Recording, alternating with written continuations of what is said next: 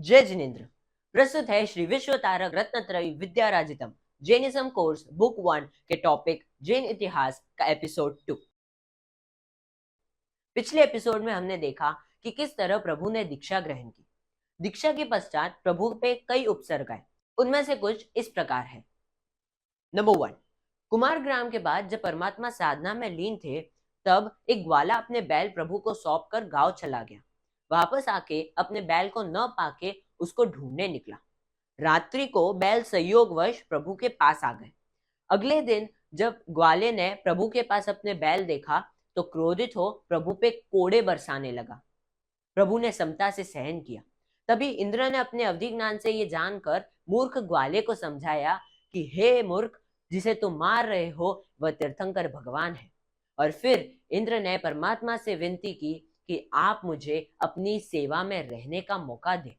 लेकिन परमात्मा ने कहा, न भूतो न भविष्यति, ऐसा न कभी हुआ था और न कभी होगा कि तीर्थंकर किसी और के सामर्थ्य पर अपने कर्मों का क्षय करे। नंबर 2, दीक्षा के अवसर पर परिवारजनों द्वारा प्रभु के शरीर पर गोशीश चंदन एवं सुगंधित चूर्ण से विलेपन किया था। उस सुगंध से आकर्षित होकर भंवरे प्रभु के शरीर पर बैठने लगे, लेकिन पराग न मिलने पर प्रभु को काटने लगे। कुछ दिनों बाद उसी सुगंध से आकर्षित होकर कुछ युवकों ने प्रभु से गंधचूर्ण की निर्माण की विधि पूछी, परंतु प्रभु मौन रहे और इसी कारण वे क्रोधित हो प्रभु को गालियां देने लगे। एक बार रात्रि में 3 स्त्रियां प्रभु के सौंदर्य से आकर्षित हो अपना सर्वस्व प्रभु को न्यौछावर करने के लिए तैयार हो गई, लेकिन परमात्मा पर इसका कोई असर नहीं पड़ा। प्रभु समता से सब सहते गए। नंबर 3, एक बार जंगल में प्रभु ध्यान में लीन थे। एक थका और भूखा पथिक आया।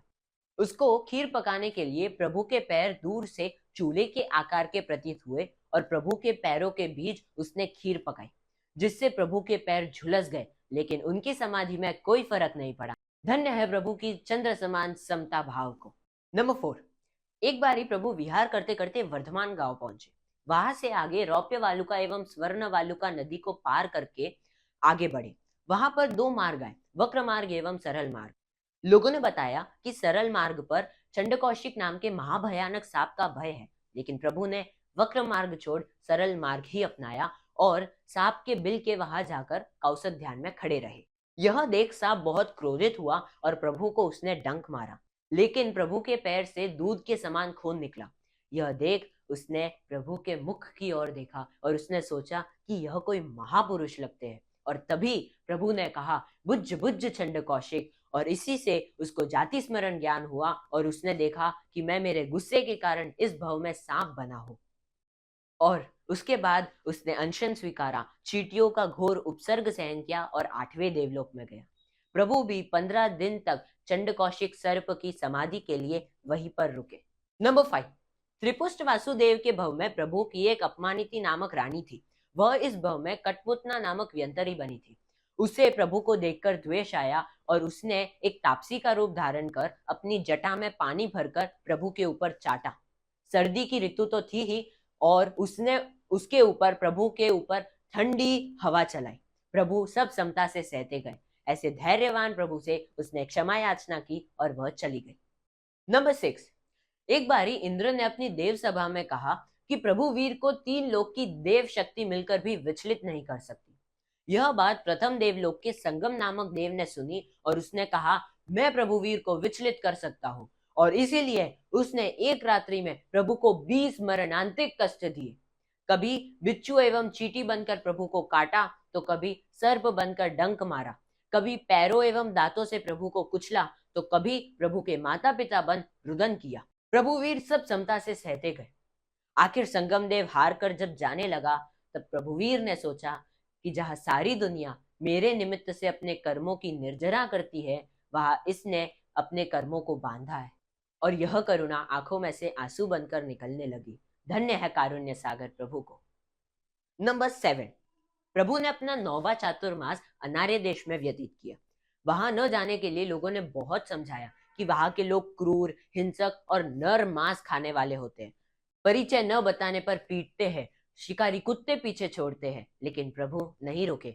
विहार कर आदिवासियों के बीच पहुंच गए, लेकिन वहां किसी ने उनको ठहरने का स्थान नहीं दिया, तो प्रभु फिर से सघन वृक्षों के नीचे अपने ध्यान साधना में लीन हो गए।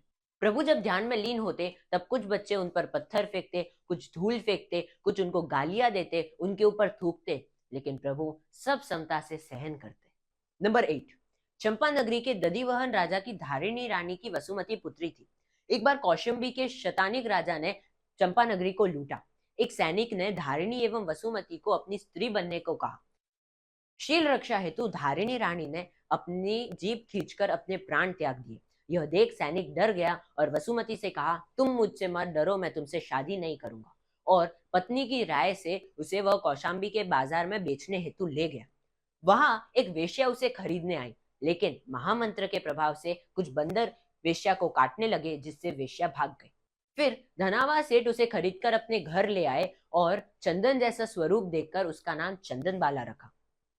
सेठ की पत्नी को यह शंका हुई कि रूपवान है तो कहीं मेरी सौत ना बन जाए, और इसी कारण जब सेठ एक बार बाहर गांव गए थे, तभी चंदना का सिर मुंडित कर, हाथ पैर में बेड़िया बांधकर, उसे तहखाने में बंद कर वह अपने पियर चली गई। जब सेठ बाहर गांव से वापस आया तब पड़ोसी ने सेठ की पत्नी की करतूतें बताई, और तुरंत ही धनावा सेठ ने तहखाना खोला और एक सुपड़े में कुछ बाकुले, सूखे बाकुले चंदना को देकर वह लुहार को बुलाने गया बेड़िया खुलवाने के लिए। तभी चंदना के मन में यह विचार आया कि अगर कोई अतिथि आए तो उनको मैं देकर फिर खाऊं। और इस तरफ प्रभु वीर ने कुछ कर्म शेष जानकर यह निम्न अभिग्रह लिए थे। नंबर 1, जिसने सुपड़े के कोने में उड़द के बाकुले रखे हो। नंबर 2, एक पैर दहलीज के भीतर और एक पैर बाहर हो। नंबर 3, राजपुत्री हो और उसे दासत्व प्राप्त हो, बाजार में बेची गई हो। नंबर 4, सिर मुंडित हो। नंबर 5, उसके हाथ एवं पैर में बेड़िया लगी हो और नवकार महामंत्र का स्मरण कर रही हो। नंबर 6, अठम तप में हो और रुदन करती बैठी हो। भिक्षा काल व्यतीत हुआ हो तो ही पार ना करना। और इस प्रकार प्रभुवीर को कुल 5 महीने और 25 दिन यानी 180 दिन हो गए थे, जिसमें प्रभु ने कुछ भी वापरा नहीं था। प्रभु एक बारी फिरते फिरते चंदनबाला के घर आंगन पधारे। चंदनबाला हर्षित हो प्रभु को वहराने लगी, लेकिन अपने अभिग्रह में आंख में आंसू न देखकर प्रभु वहां से आगे चलने लगे। तभी चंदना ने रुदन चालू किया, और यह देख अपना अभिग्रह संपूर्ण समझकर प्रभु ने चंदनबाला के हाथ से पारना किया। तभी आकाश में देव दुंदुभी बजी और पंच दिव्य प्रकट हुए। चंदनबाला के सर पर सुंदर केश आ गए, हाथ पैर में बेड़ियों की जगह सुंदर अलंकार आ गए, और प्रभु वीर का 180 दिन के उपवास का पारना हुआ। और यही चंदनबाला आगे चल के प्रभु की प्रथम साध्वी बनी। नंबर 9, प्रभु ने अपने त्रिपुष्ट वासुदेव के भव में शैया पालक के कान में शीशे गर्म कर डलवाए। वह कर्म यहाँ उनके उदय में आया। शैया पालक इस भव में गोपालक हुआ। वह अपने बैल प्रभु को एक बार सौंप कर गया। वापस आने पर प्रभु के पास अपने बैल न देखकर पूरी रात उसने अपने बैल को ढूंढा, लेकिन अगले दिन जब प्रभु के पास उसको अपने बैल मिले, तब पूर्व भव के द्वेष के कारण उसने प्रभु के कान में खिल्ले ठोके, जिससे प्रभु को महावेदना हुई।